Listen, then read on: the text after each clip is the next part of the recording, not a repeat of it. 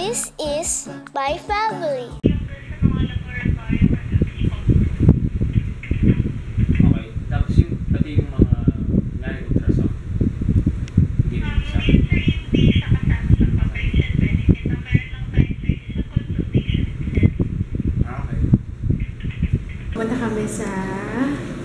Good morning pala. Good morning. Good morning. Papunta kami sa clinic. Papacheck out. Hi! Nakabalik na kami. Grabe talaga. Antok ko ngayon. Diyos ko po. Ngayon ko lang na-feel ulit to yung ganitong sobrang pagod na pagod. Bawat konting lakad lang pagod na.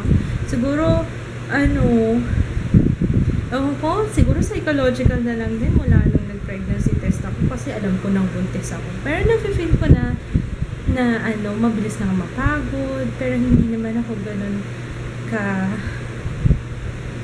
yung feel na feel compared ngayon na dahil alam kong buntis na ako. Ay, tapos mali yata yung last menstrual period na sinabi ko sa doktor kasi dun sa ultrasound. Ito, nakuha ko na yung ultrasound. Thank God, lahat normal, wala namang problema. Natutuwa ako kasi last year, yung kay Jaya, nung nagbuntis ako kay Jaya, meron akong bleeding noon sa sac. Kaya, medyo, binigyan ako ng pampakapit noon kasi high risk nga ako noon kay Jaya. Siguro iniisip ko noon, hindi pa talaga ako prepared nung time na yun. Ang dami ko, nasa-stress ako kasi nung time na yun. Ayun nga, as I was saying, naubusan ng memory yung SD card. Last na pagbubuntis ko, yung kay Jaya, stress ako noon kasi hindi ko alam kung paano ko sasabihin ka na mommy hanggang sa nag-high blood ako kaya ako nadala sa ospital. Tapos doon na nalaman nila mommy na buntis ako kasi nga hilong-hilo ko tsaka na-high blood ako. Kaya ngayon natutuwa ako kasi everything, lahat normal, wala namang problema. Kaya, yun, nakakatawa. Thank you, Lord. Pero, muna, take it easy muna ako kasi, tawag dito, hinay-hinay lang muna kasi first trimester pa lang eh. Ito yung pinaka-delicate na part ng pagbubuntis, diba? Anyway, hanggang ngayon parang hindi pa rin nagsisink in sa akin. Maliban sa maya-maya, parang nafe-feel ko nga yung may tightness akong nararamdaman. Kaya sabi ko nga nafe-feel ko na nabuntis ako, pero ayokong mag-expect kasi nga baka dumating yung time na sobrang nag-expect ako tapos mag-negative naman siya, diba? Bigla akong magkaroon. Kaya hindi ko rin inaano yung sarili ko, hindi ko hinahanda yung sarili ko na baka nga buntis ako. Pero thank God, everything is normal. Everything is okay. Wala namang problema. Next month pa ako babalik sa doktor. Tapos, according dito sa ultrasound, 7 weeks. 7 weeks na ako. Yung baby, 7 weeks na. Tapos, ang aking due date is September 8, 2015. Sabi ko, bilis naman. September 8 na kagad. Sandali lang yun. Salamat talaga. Wala namang problema. Yun lang. Wala akong masabi. Kasi hindi ko alam kung anong mixed emotions pa hanggang ngayon. Kagabi ko pa nga iniisip eh. Kahit ang dami nila bumabati sa akin. Pero sabi ko parang hindi ko pa rin, hindi pa nagsisink in. Kaya yun, yung first look kay baby, first look sa aming baby to be, ito siya, baliktad, ayan. Hi, baby! Lahat normal, pati yung kanyang heartbeat. May heartbeat na siya, 131 beats per minute. Aww.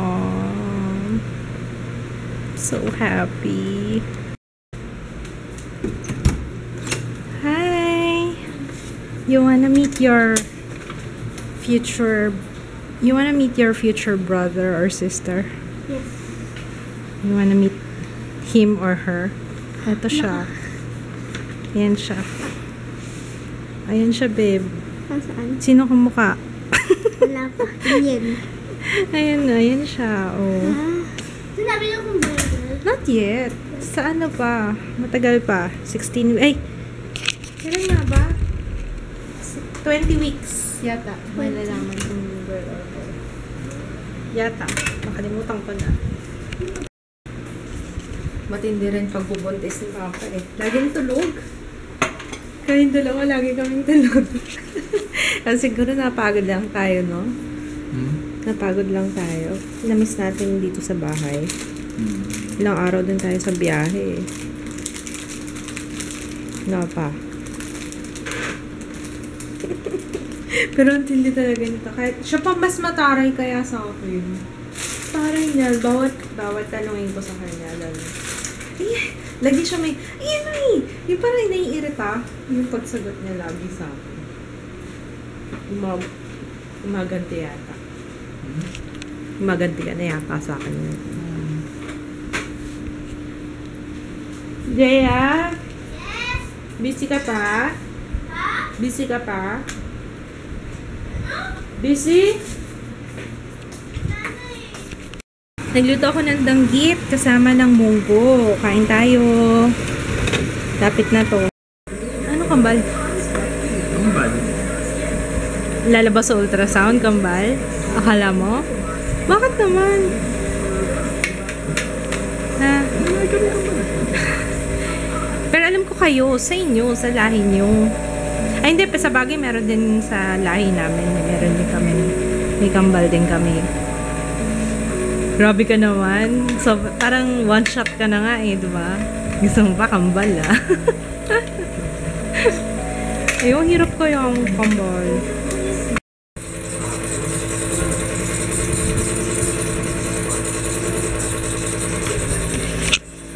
Bilay si Jaya kasi tuloy-tuloy yung ubo eh.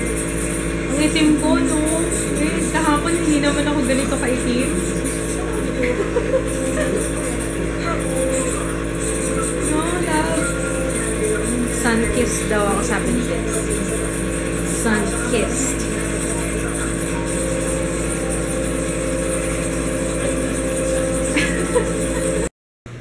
Good night na ako kasi matulog daw ako maaga. Sabi na aking boss niya. Sinabihan ako kagad. Ay, huwag matulog ka na. Ang send ka sa akin. Gusto ko eh. Yun ang namimiss ko pag buntis. Talagang inaano ko. Naaalaga. Diba? Pagka ano, parang feeling mo, wow. Concern sa akin ng asawa. Ayun, natutuwa naman ako kasi lahat naman ng ano, yung kanina result sa ultrasound, okay naman, walang problema. Kasi nung una, yung kay Jaya talaga, may nakita kong may bleeding talaga dun sa, ano yun? Subchorionic, parang may subchorionic hemorrhage yung kay Jaya, kaya binigyan ako ng pampakapit nun. Ngayon, okay lahat. Hindi kaya kasi siguro ngayon, yung age ko ngayon, yung optimal talaga na pang childbearing. Diba? Eh, kasi bata pa ako nun eh. Nabuntis ako 19, tapos nanganak ako 20. Ayun, kayo naman, talagang pagpilitan mo talaga yung one shot mo. One shot ka dyan. One shot ka dyan. One shot. Hindi naman talaga effective yung withdrawal. Hindi na 100% sure na ano, yung withdrawal eh. Kaya pala kayo, 5 kayo. Withdrawal din kayo sila nanay. Ayun, kaya natutuwa ako kasi lahat normal. Kaya, yun, thank you Lord. Salamat. Sana maging ano. Tsaka hindi ko nga, wala akong morning sickness. Yun na nakakatuwa. Ewan ko, wag naman sana. Ayoko magsalita ng tapos baka bukas pagising ko. Ayun na.